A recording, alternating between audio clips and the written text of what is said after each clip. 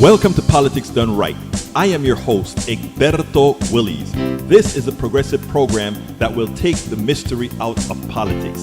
This is the program that will encourage you to make sure government becomes we the people. Whether you are liberal, progressive, conservative, or otherwise, you get to air your point of view. We are an independent media outlet that, unlike mainstream media beholden to corporations, we only owe allegiance to you. Remember, you can also send me a tweet at EGBERTOWILLIES. That is at Egberto Willies. Let us engage. It is Politics Done Right.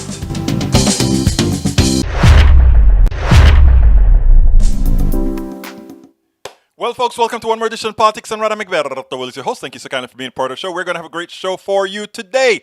How was your weekend? Let me know. Tell me, how was your weekend? I had a great weekend. Spent some time with some good friends, several members of the PDR posse. They took me out for birthday dinner at an Indian restaurant. So before I even get started, I want to give a big thank you to Roberto Lewis. I also want a big thank you to Norman Reynolds. I want to give a big thank you to Albert Panton and all the rest of the posses who took me out for a great Indian meal. We had a great, I love Indian food. We had a great deal. Anyhow, we're going to have a great show for you today, my big, great, wonderful posse.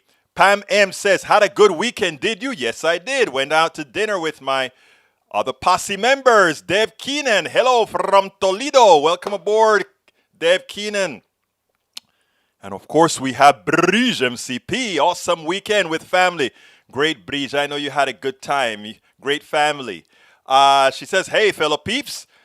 Dawn Broadbent, watching in Colorado. Welcome aboard, Dawn. Love to see you here. The duck that quacks. The red shirt looks good on EW. You like the red shirt?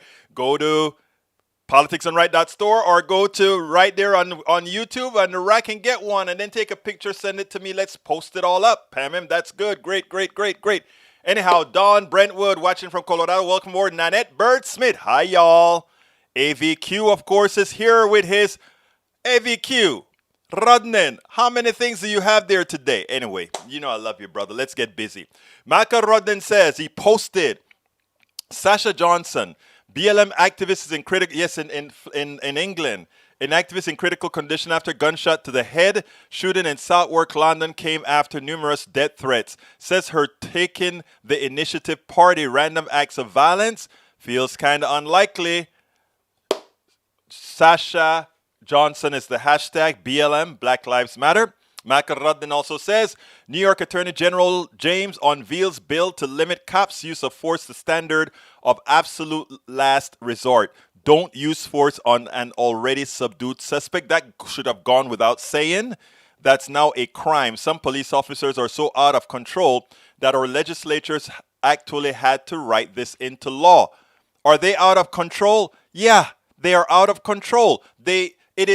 Look, there's a large percentage of people who want to be cops because they love that idea of being in control of somebody else's body, that they are preeminent, that they are boss. Those are the people we have to extricate from the forces. They need to be extricated from the forces. Radhan also says, study vaccines highly effective against new COVID-19 variants. Herd immunity by vaccination can't come soon enough. And our brother Rudnan get his second shot on Wednesday. Proud of you, brother. You keep it up and you keep pushing the message. Macaroni says, seriously, just tax the rich. In the 1940s through the 1960s, when the top marginal rate was for billionaires was 90%, while the tax burden fall on the wealthy and their corporations, our nation saw the rise of the middle class. Of course, we have made the word redistribution a bad word. Redistribution is not a bad word. Redistribution is what takes away the atrocities that is capitalism. Capitalism is not a perfect system. It throws your wealth up to the top. All they're doing is giving you back your money. They're giving you back, not all, but a lot percentage of your money. So don't let that, oh, you're taking 90% of my money away. No, we're just taking back what is ours. Now the top marginal rate has slipped to under 40%, while the tax burden falls on the middle and working class. The middle class is suffering due to the lack of adequate funding for social services because, why? The wealthy takes your money. I want people to start asserting their worth. By the way, I talk a lot about that in my new book, How to Make America Utopia. Take away the economy from those who rigged it. This is a part of it, people. My brothers and my sisters, this is a part of it. Rodnin, you're actually right. We can change. In a film, Greta Thunberg connects dots between animal exploitation, climate crisis, and pandemics. Our relationship with nature is broken. Yes, we know that. Absolutely. And for too long, we have been waging a senseless and suicidal war on nature. The result is 3 interlinked environmental crises, said UN Secretary General Antonio Gutierrez, of the triple environmental threats of biodiversity loss, climate change, and pollution. It is time to reevaluate and reset our relationship with nature. Clap, clap, clap. Turn off the gas. Is America ready to embrace electric vehicles? Yes, we are. President Joe Biden should push law to pay to convert every parking meter into an electric vehicle charging station by adding some electrical outlets. People will be very happy to be fed. And look, there is so much we can do, right? People say, oh, the grid can't take having a whole lot of electric cars. They're partially right. If everybody got an electrical car right now, we'll crash our electrical grid because the electrical grid is not ready for that. Guess what the electrical grid is ready for if we do this right? If we incentivize every rooftop to be power generators, every rooftop, if we threw power cells on them and you're partially powering your electric vehicle from solar energy, there is so much we can do right now to make ourselves completely independent of fossil fuels for energy. We'll still use fossil fuels for plastics for now until we get better corn starches and all of that turned into the raw material for plastics. Plastic is a very useful material. There are a lot of ways around it, and we're getting there. But eventually leave the damn fossilized animals in the ground. That's all we got to do. Okay, let's go ahead and continue reading. Pam M, that's good. Bridge MCP, love the red shirt. Have the black one. Yeah, I have the black. Oh, you got the black one. Take a picture and send me with the black one, girl. Pam M, hope you're all doing well and having a marvelous Monday so far. Look, I am so positive it isn't funny. As people are in despair, I am positive because I know one thing. We are here to make a change and we are going to make a change. So I am always positive. I always try to keep my starter post to no more than 6. Egberto, what number is optimal? There's no optimal number, Brother Michael Rudnin. You do 2, sometimes you do 3, sometimes you do 4. Today you did 6. I don't care. As long as we have the time to do it, we can do it. Because I love all of my listeners, my watchers, my peeps, the PDR posse. You guys do research and you want the family to know stuff. You put the stuff here so that the family will know stuff, right?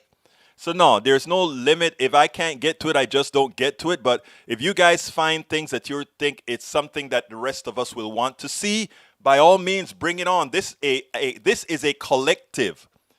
We work together to bring these things together. And you guys, those of you who are supporters, those of you who are funding, making sure that I can't get to all the information.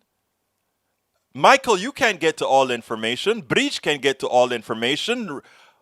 That's why we're all here, to bring it all into a collective, and we go ahead and what's the word? There's a word that's used. We curate for each other. That's what we do. Bruce Pollard, congratulations. Bruce's son just completed his bachelor's degree. Let's give a big hand to Bruce Pollard. Brother Bruce, congratulations. I know you are so proud of Meredita and I'm getting old. I can't remember the other two's name. But, let me tell you something, guy. Congratulations to have gotten 3 kids through college. All right, the bridge. Let's see what else. Deb Keenan. Congratulations to Bruce. Thank you. Let's see who else is here. Deborah John, welcome aboard. May Wood, hello from Long Beach. The duck that quacks. The screen show better on some shirts than others, depending on print color. Plenty of choices. I've got red. If I totally blue, let's say I'd go red even if I totally blue. Ah, you like that? Anyhow, look, guys. Hey, Duck That Quacks. Let me see. Take a picture with you in a shirt too. Linda Joe Kissinger, welcome aboard. Let's see who else is here with us. The Duck That Quacks says, thanks for Greta. Reminder, she's on tonight at 8 p.m. in the Philly area. Egberto, thanks as always for reading out all my comments. Love your comments. Love all of your comments, guys. 110 in favor of solar power. Yes, you are. Brit says, not seeing comments. See them on YouTube, not here. I don't know. Okay. I have a special reader, so I don't know where they're going, etc., etc., etc. Egberto, have to disagree. If every car became an electric vehicle and we plug them in at once, it wouldn't crash the electric grid. We'll have to talk about that another time, Michael, but I'm pretty darn sure that it would. But, maybe you know something I don't, and you can always correct me after you've done the calculations. But you might want to talk to Bruce and who else? We have more than Bruce is an engineer. No, Bruce is a scientist. Norman is the engineer. I am the engineer. And who else? I think we have a couple more engineers that are here every day. Anyhow, Deb Denny, how do solar panel roofs work in the snow belt with a roof, let's say with a foot of snow on the roof? It does not at all, Deb Denny. But here's the deal. We are not talking about having everybody having to be at 100% all of the times. We're talking about if enough people are on, the totality of an interconnected grid will always be helped by those people in the south, even those people in the north, on a good sunny day where their roof is not covered in ice. It's all about us working together. And, not just individual. That's why they talk about when you have panels on the roof, that the electric company should be able to buy it back as well, so that your excesses become stuff for everybody else. The duck that quacks says, well, that depends on whether the utility lines are still up. True. Joe Christinger tells Bruce, congratulations, I sent you a few photos. Okay, duck that quacks. If you sent me a few photos and I haven't placed it up, it means that somehow I didn't get it, misplaced it or something, so please do again. I would love that for you to do it. All right, the duck that quacks. How many air conditioned units are on at the same time? Many, sometimes. Yvette Avery Herod, welcome aboard. Let's see. Michael Rudnan says, Mythbuster, electric vehicles will overpower the grid. All right, let me go ahead and see if that's an article or what. Okay, I'll read that article later on, Michael. Maywood, I used to work in the industry, high voltage transmissions and distribution. Great. Jessica Taylor, welcome aboard. Okay, let's get started. What is the show going to be about today? Title of the show today is, and let me get that up on the screen. Title of the show today is Why GOP Fair 1619 Project and January 6th Panel. Jen Psaki continues to trip up the right. How should we start? Let's start with some fun. Jen Psaki likes to trip up the right. Let's go ahead and do that. I am a Jen Psaki fan because I think she is one of the best additions to the Biden administration in the manner in which she communicates, in the manner in how quickly her brain works to answer questions and come back in a manner that not only answers the question how she wants it answered, but how it contrasts with what the other side is trying to put out. Even sometimes when they're using friendly reporters from the right to try to trip her up. I want you to listen to this one because this is important, the way she did this one here, and we'll take it on the other side. Closer to home, finally. We've seen gas prices rising. It's a much different topic here. Gas prices rising significantly, and we all know that they hurt poor people. They hit them the hardest. Right? Every dollar that comes in. That's why it's so perplexing that some are proposing user fees, but it's another topic. Right. Well, you want to continue on your... Go ahead. Okay. I don't know. You had a question. Well, my question is the Biden administration considered, does it have any plan or any sort of action it can take to try to bring down prices or at least somehow make the cost less, whether it's a tax or something to help impoverished people. Otherwise, the money that's going to them in the form of the rescue plan and the other money is really money going back out the door to pay for higher gas, isn't it? Well, first I would say that the president's plans, his proposals, whether it was the American Rescue Plan, his American Jobs Plan, his American Families Plan, have all been proposed through the prism of what he can do to help working people, help people trying to make ends meet, help people trying to put food on the table. His proposals have helped cut childhood poverty in half by this year. It's helped put 1.5 million people back to work, has helped ensure that families and parents have a little bit of extra assistance so they can cover the cost of childcare. So that has been the prism through which he's made all of his proposals. Now it is clear, red state governors are quitting. They're starting to tell the people, get off your butts. You're not going to get any more money from the federal government, even which is channeled through us, even though we haven't seen real raises for the last 40 years. You're getting a little break now? No way. You better go back to work. And if prices are going up, tough. You go get a job. We're not here to help you. That's pretty much what the red state governors are saying. And she pretty much in a very calm manner points it out when she says, wait a minute, if gas prices are affecting poor people, why is it that Republicans want user fees again? Isn't that going to hurt them more?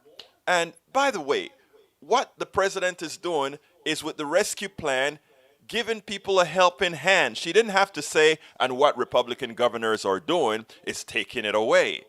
So that one exchange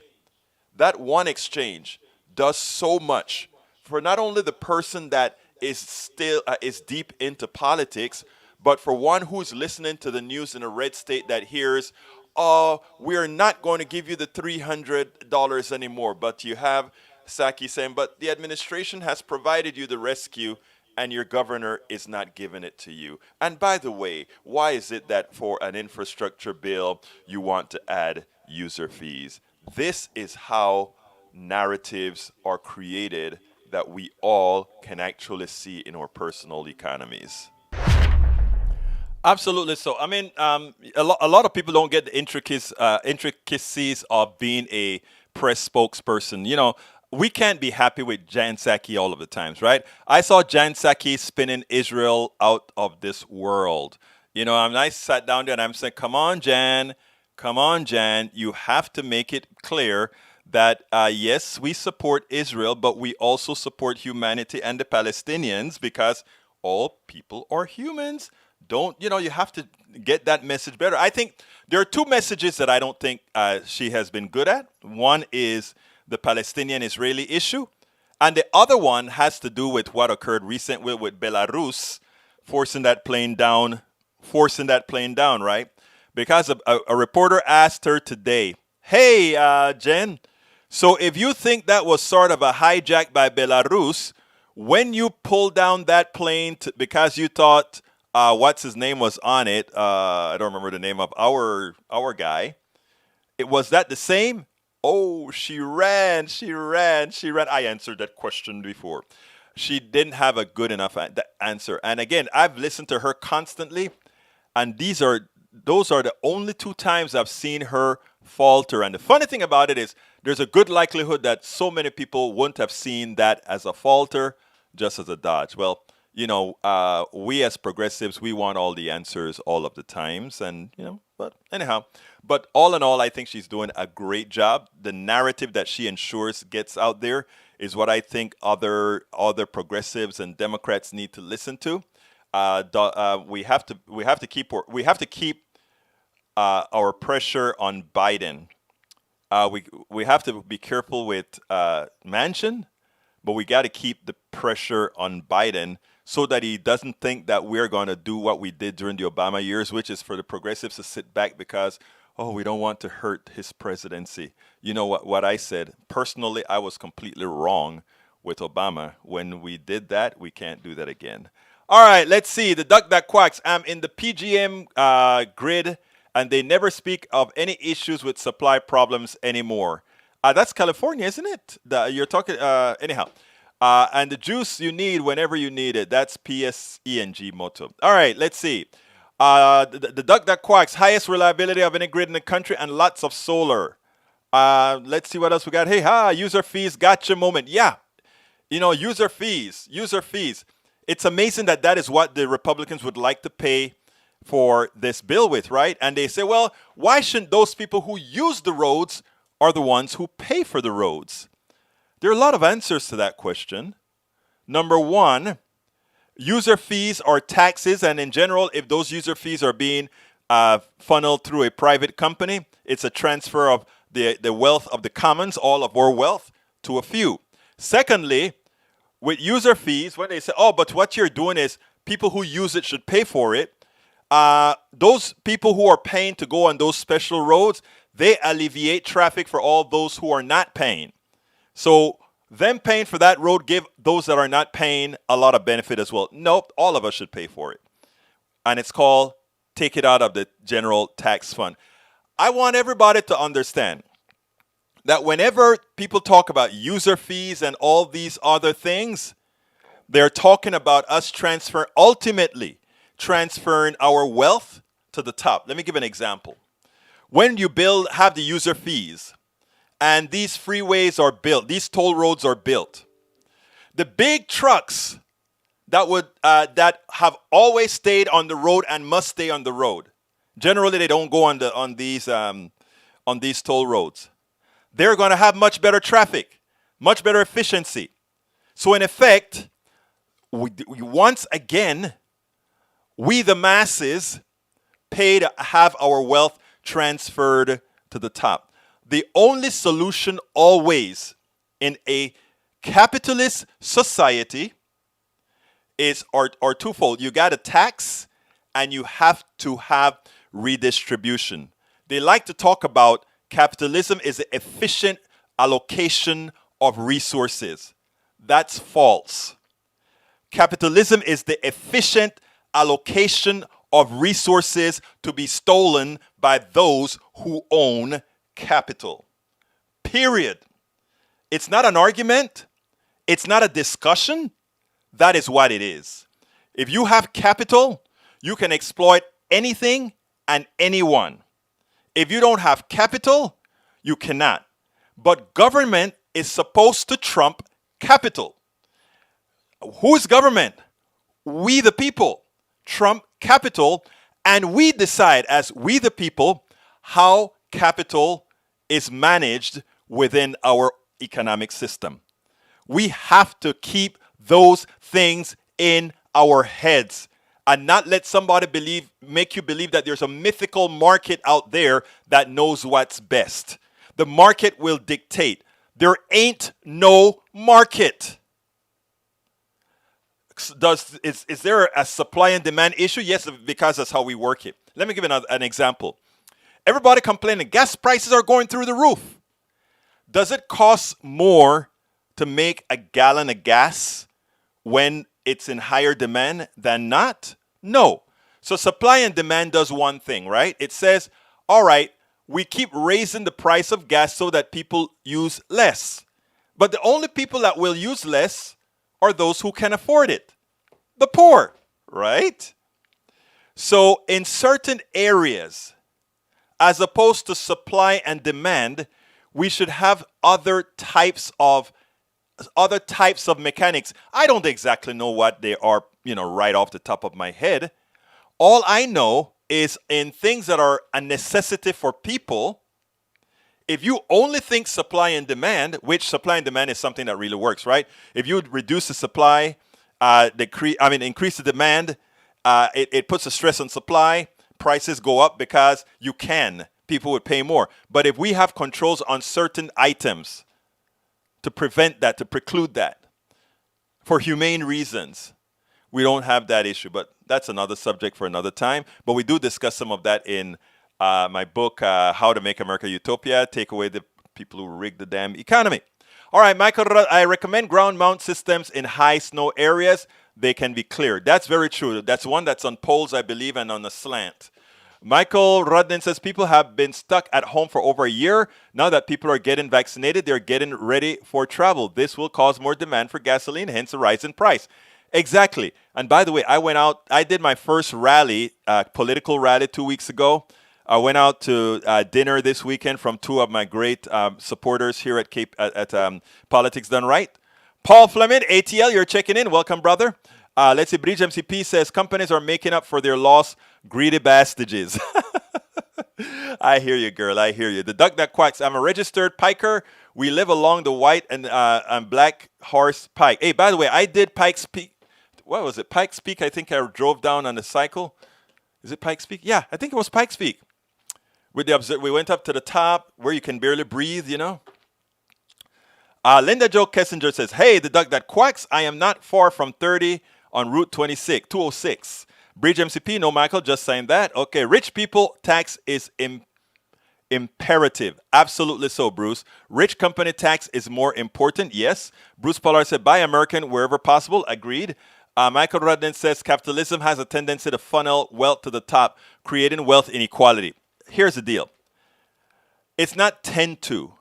It's designed to.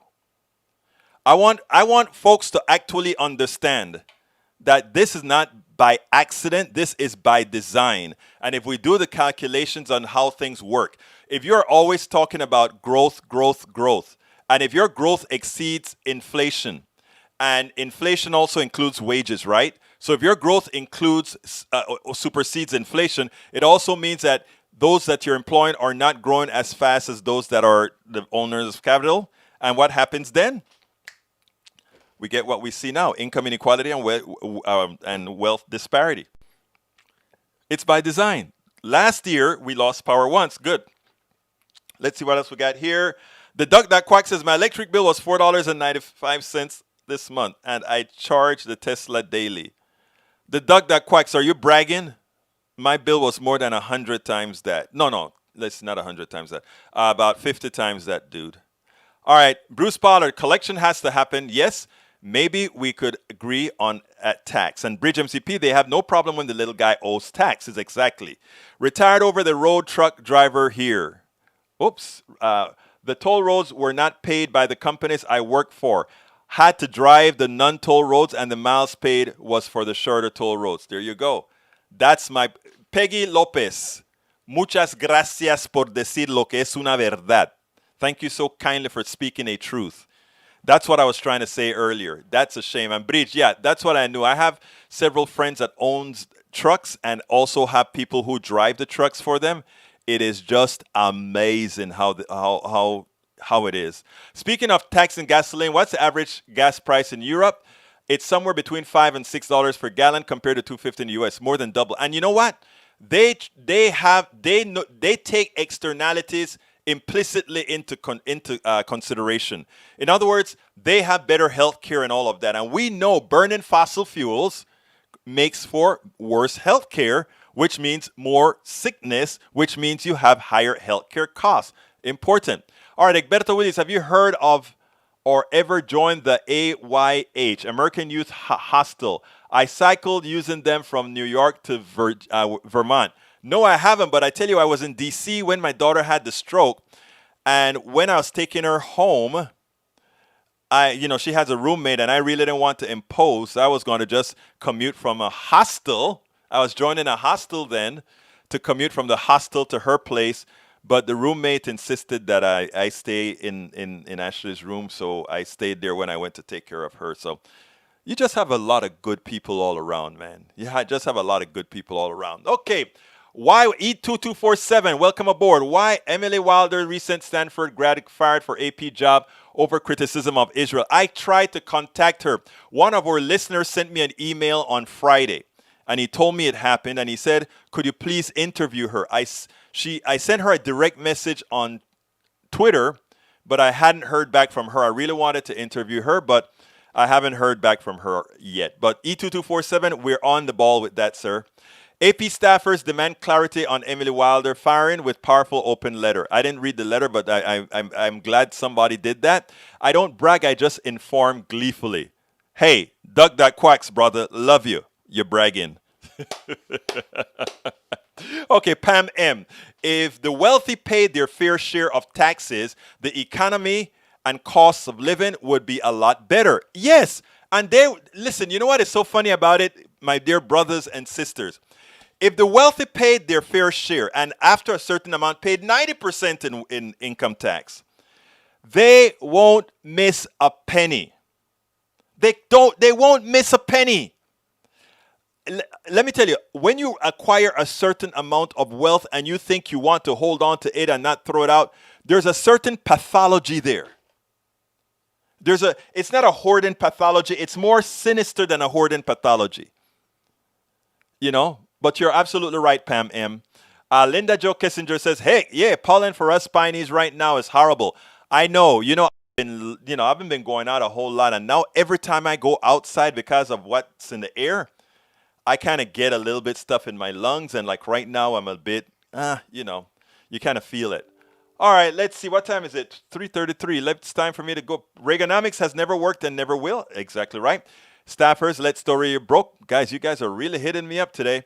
Michael Rudnan says Emily Wilder calls Sheldon Allison a naked mole rat, and that's why she was fired from the AP. Seriously? Yeah, that's why. Tom Cotton, one of the usual suspects in Emily Wilder's case. All right, folks. If you are on YouTube, I want to ask you the kind favor to go ahead and click that join button, become a part of our posse. By the way, folks, over the weekend, I did reach the 250. It took us a whole week to get there. Now the next goal is 300 members on the PDR posse. We need 50 more members. I'd like to get 50 this week. The goal is to have 1,000 by the end of the year. I'm trying my best to ask you guys to support it. It's cheap. It's like saying, I like you, Egberto. I like what you're doing. I'm going to give you a cup of coffee or something. I want to give Egberto a cup of coffee. I need about 50 of you to give me a cup of coffee this month. There's only how many more days left in the month? About 6 days left in the month, 7 days left in the month. So please, if you are on YouTube, that join button. Compra Egberto una taza de café. Get Egberto a cup of coffee. That helps me do all of this. A lot of work. And by the way, later on this week, one of our posse members are coming over to the studio, and we're going to have 2 people at the desk talking to you. And by the way, any one of you in Houston that want to co-host anytime with me or in the surrounding areas, or if you fly into Houston or whatever, give me a call up and say, hey, I want to arrange to do a co-hosting with you. You'll come and sit down here. We'll talk to our great old beautiful posse out there. So again, folks, please go ahead.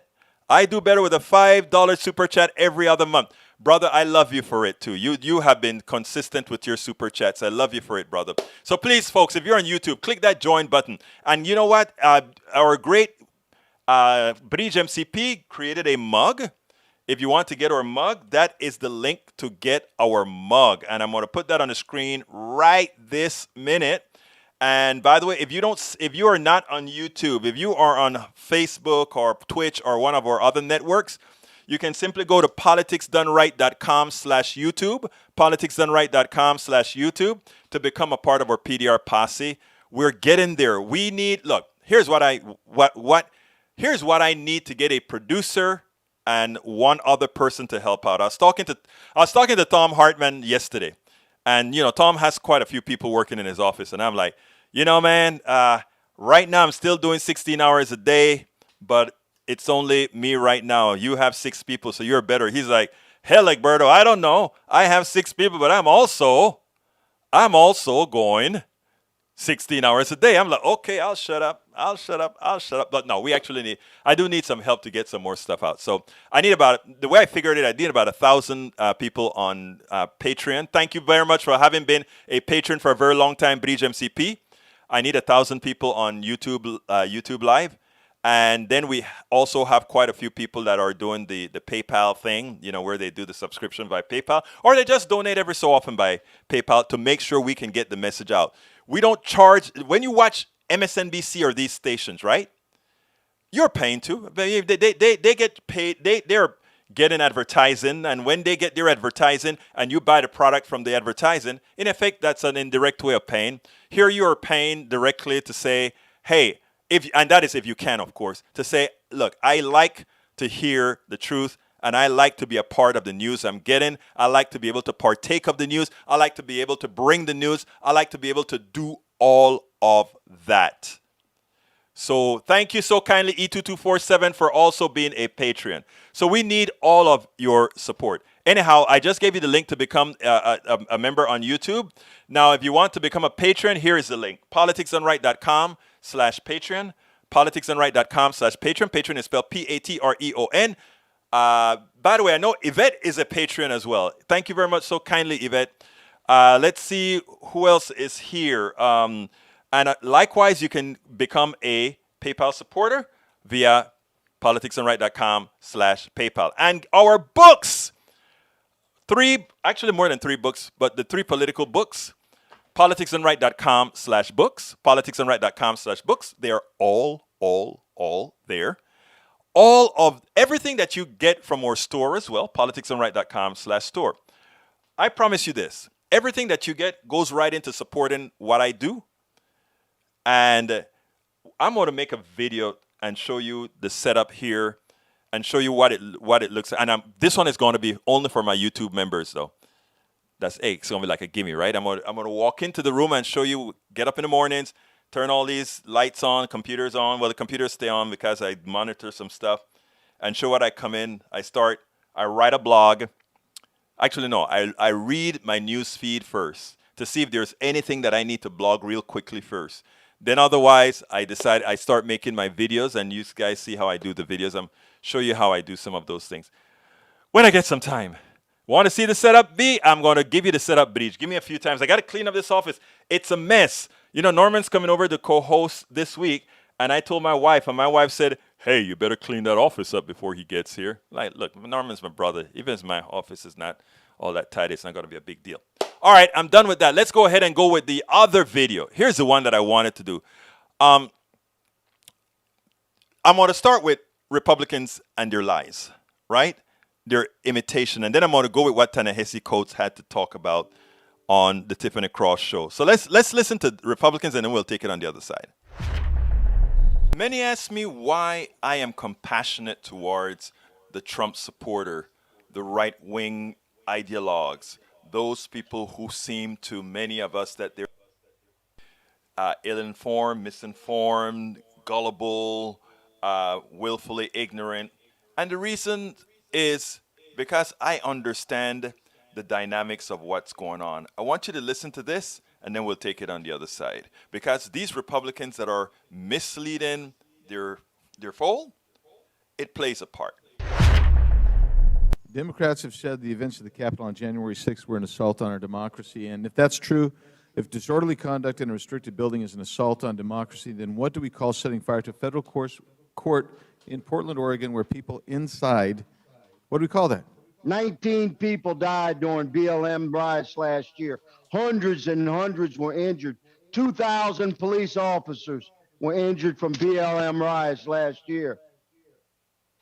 And yet, we're going to discuss today,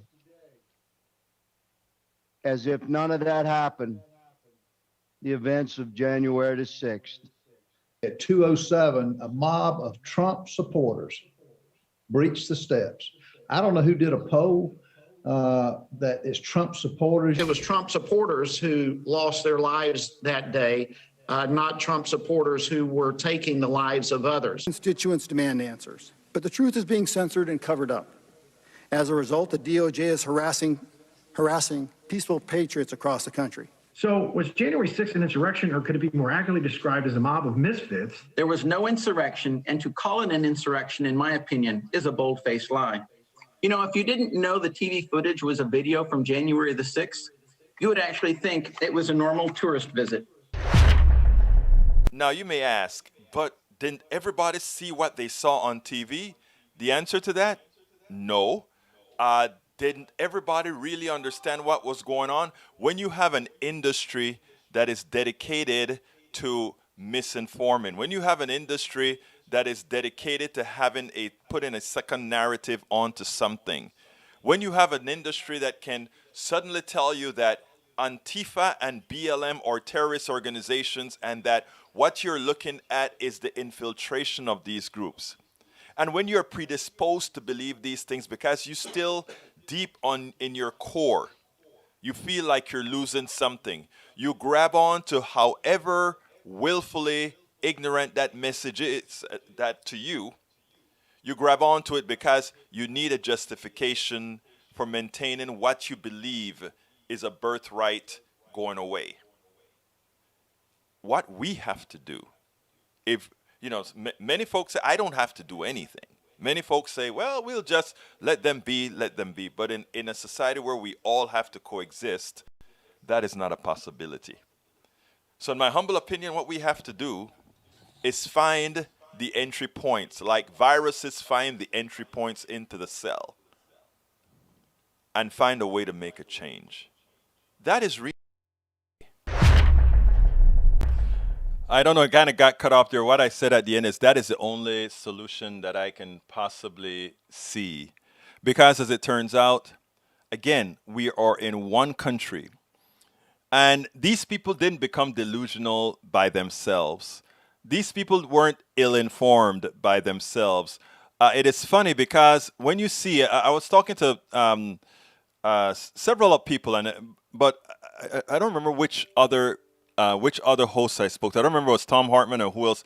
We're having a conversation, and we started to talk and say, the reality is that we've stopped teaching civics in school not by accident, but by design. Because as people got smart, as they realized that they are really in control of the government, we the people. Now, the government, when it was created, and everybody likes to go ahead and talk about the greatness of America and how it was founded and that sort of thing. And they have this illusion, this myth of what we were really all about. Unbeknownst to most is that most couldn't vote. And I'm not talking about black people. I'm talking about women, all women. I'm talking about most white men couldn't vote. I mean, that is what this country was, a country of the elite with a semblance of democracy. And it is important for us to understand that. But what's happening now is now that you have different people telling these stories, what we get is the Republican as the ones who want to preserve the myth, preserve the fallacy, they can't take it. And in that light, I want to play this by Ta-Nehisi Coates on the Tiffany Cross, The Cross Connection. Check this out. As you all know, Nicole Hannah-Jones, the creator of the 1619 Project, she was denied tenure even after the department recommended that they give her tenure because the people on top believed that she wasn't warranted. This is a Pulitzer Prize winner among the many other awards that she has. She's more qualified than most of the people that are in that in that department. And they were denied, or she was denied simply because she told the truth. Tiffany Cross had Ta-Nehisi Coates on her show to give the exact type of response that this necessitated. I want you guys to listen, and then we'll take it on the other side. The University of North Carolina's decision to deny tenure to the Pulitzer Prize-winning journalist Nicole Hannah-Jones was just so ridiculously absurd, I had to pass the mic and let my brilliant friend Ta-Nehisi Coates break it down. Much coverage has attended the efforts in some 40 states to change voting laws so as to favor Donald Trump and his supporters. But the assault on democracy goes beyond the ballot box. Last year, President Trump issued an executive order creating the 1776 Commission, which he offered up as a rebuke to the 1619 Project. Helmed by one of the most decorated journalists of her generation, Nicole Hannah-Jones, the 1619 Project sought to expose the American experiment's origins in the laboratory of slavery. Trump's rebuke was not a private effort, but one that enjoyed the sponsorship of the state. Perhaps because a certain class of pundits still fails to regard Trump's bluster seriously, the response to this assault on a free press was muted. But the import of Trump's actions is clear. Across the country, a wave of bills have sought to ban the 1619 Project, critical race theory, and other, quote, divisive concepts, unquote, from the public sphere. This assault comes at a moment when many Americans are realizing that they do not live in the country they were raised to believe in. The January 6th attack on the Capitol, the deployment of secret police to Portland, and the constant B-roll of black people beaten, shot, and tased by law enforcement has shocked the conscience of those who sincerely once thought themselves to have been born into the world's oldest democracy. The shock, along with the work of countless writers, historians, journalists, sociologists, and other academics, has occasioned a broad revisiting of the American story. It is now clear that the creation of America required not only the theft of labor and land, but a national myth which remade pirates into patriots. This long-held national myth is not served by the recent reckoning. It isn't served by remembering Thomas Jefferson, for instance, as a man who ran up so much debt in his lifetime that those he enslaved had to be sold off at his death in order to settle his accounts. And yet, understanding that Jefferson's career as a slaveholder, as the bequest of a founding father, does much to explain the actions of his progeny. This understanding cannot be allowed to prosper, however. For white power can only retain its privilege in our political system if it can tell itself a story. This week, the University of North Carolina at Chapel Hill, a public institution, took the unprecedented step of rescinding an offer of tenure to Hannah Jones at the behest of its board of trustees. Hannah Jones' 1619 project has enjoyed its share of critique, which is exactly as it should be. Efforts to overturn long-standing national ideas deserve debate. What they do not deserve is the censure and silencing of the state. I am not speaking of cancellation as culture, but as public policy. The present attacks on the 1619 project and critical race theory are not being waged through Twitter, but through the offices of 19 state attorney generals, the legislatures of at least 6 states, and the headquarters of 23 senators, including the Senate Minority Leader. The scope of this attack goes beyond journalism and history. When Donald Trump used his office as president to bully the NFL into depriving Colin Kaepernick of his career, this was cancellationist policy. When the legislatures of Florida and Kentucky moved to outlaw protests and make it easier to legally kill those who persist, it is cancellationist policy. Twitter mobs are bad, but an actual mob baited by elected officials into attempting the violent overthrow of an election is something more. It should not surprise us that a horde addicted to a national myth that pitched white men as the unvarnished savior of all civilization is not primed to share the country that they've been taught that they own. It is myth which sanctifies their action. It is myth which is their sword. They attack the vote to prevent us from enacting a better world. They attack the history to prevent us from ever imagining one. They attack the history from preventing us from ever imagining what we could be. Because we have been sold a myth. Because we have been told stories that only those who lied about that story were allowed to tell.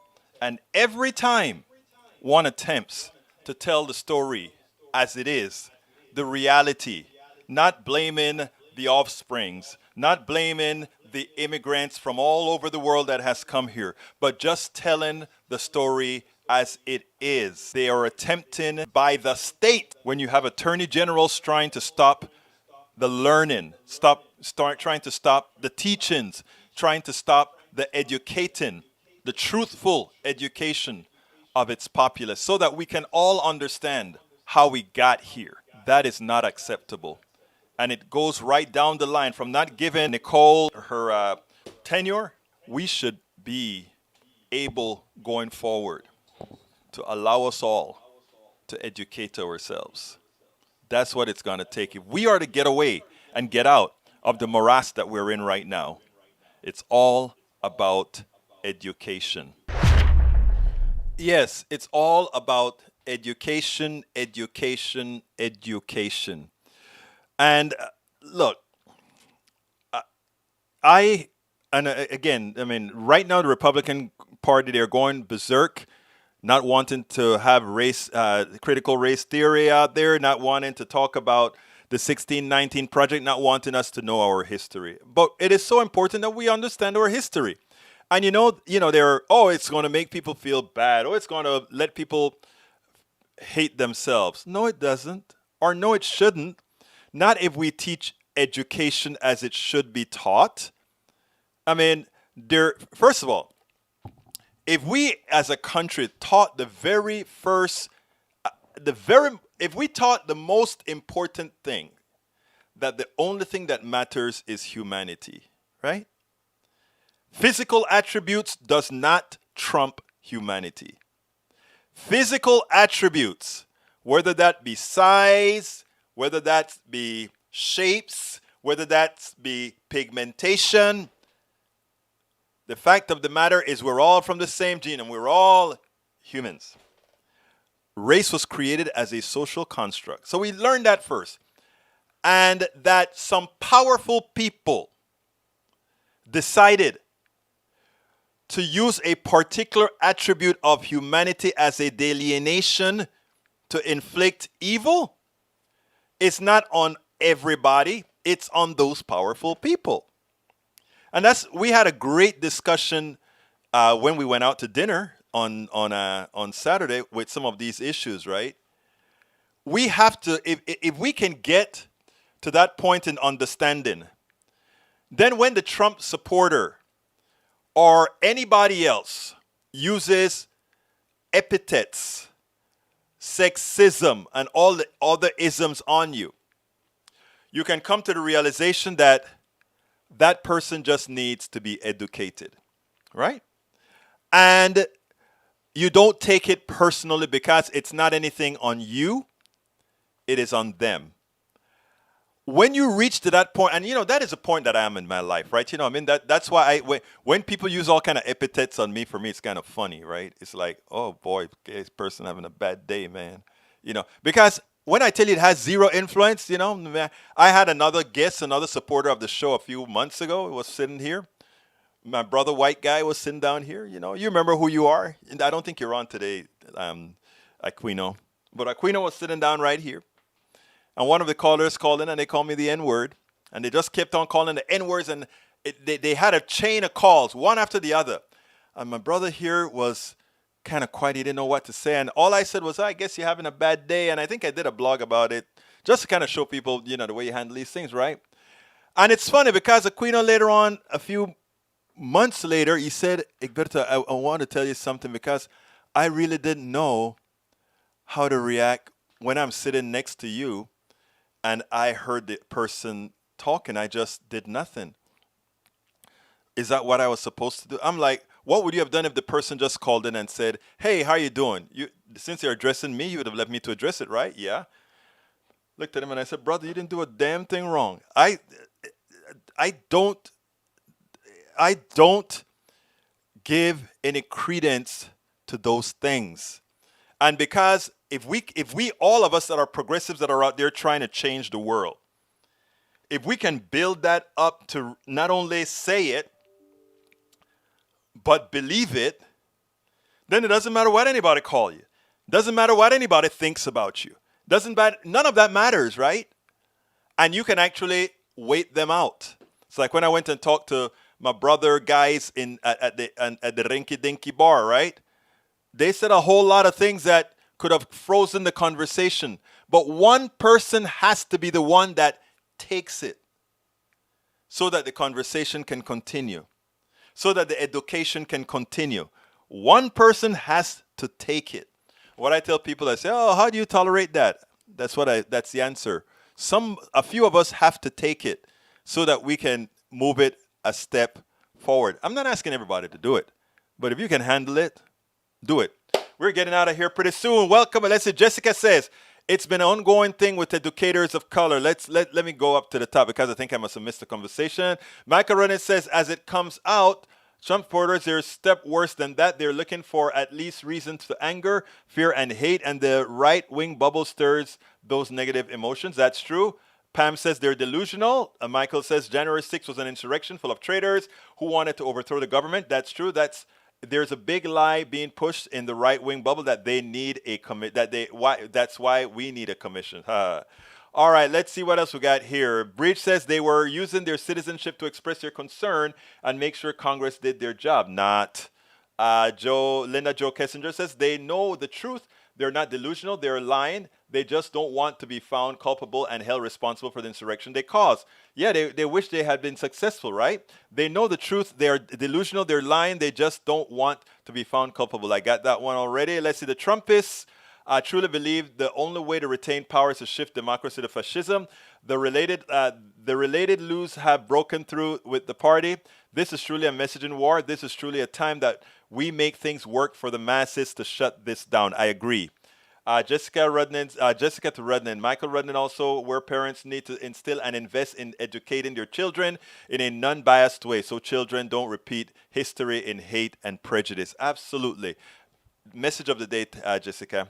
Let's see. Fall News. Rush Limbaugh, Mark Levin, and many other conservative media outlets and pundits are partly to blame because they are spreading lies and misinformation for a cause for money. Nanette Bird-Smith, unfortunately now the push in Republican-controlled states is to rewrite history to suit their falsehoods. And that's why we are here, to make sure they don't get the opportunity to rewrite the history. Which is why I say, hey guys, please support Politics Done Right, because we got to keep this message going. We got to keep the message going. Let's see if there's other things that I need to read real quick. Soto 44123, thank you so kindly for being here. I admire your sense of stability and cool head. I would love to keep my cool the way you do. You can. It takes practice. It's funny because my old friend Roberto was talking about when we used to meet probably about 20 years ago, 25 years ago at his place, and I was a hothead then, right? I could tell you some stories, but we don't have enough time for that yet. And he's like, God, have you changed? And I'm saying, look, if you're not changing, you're not growing.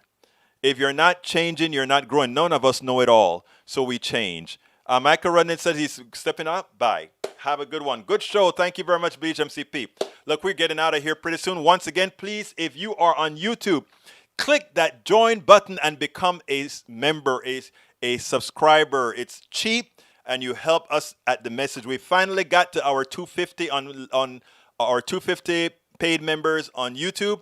We're going for 1,000, but I'd like to finish. I need 50 more real quickly. I would love for you to be a part of the posse. So just go to click on that join button.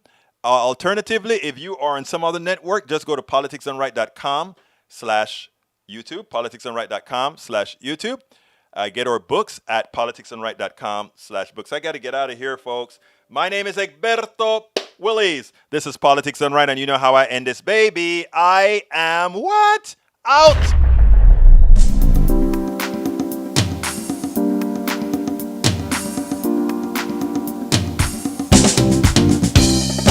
Welcome to Politics Done Right. I am your host, Egberto Willies. This is a progressive program that will take the mystery out of politics. This is the program that will encourage you to make sure government becomes we the people. Whether you are liberal, progressive, conservative, or otherwise, you get to air your point of view. We are an independent media outlet that, unlike mainstream media beholden to corporations, we only owe allegiance to you. Remember, you can also send me a tweet at EGBERTOWILLIES. That is at Egberto Willies. Let us engage. It is Politics Done Right.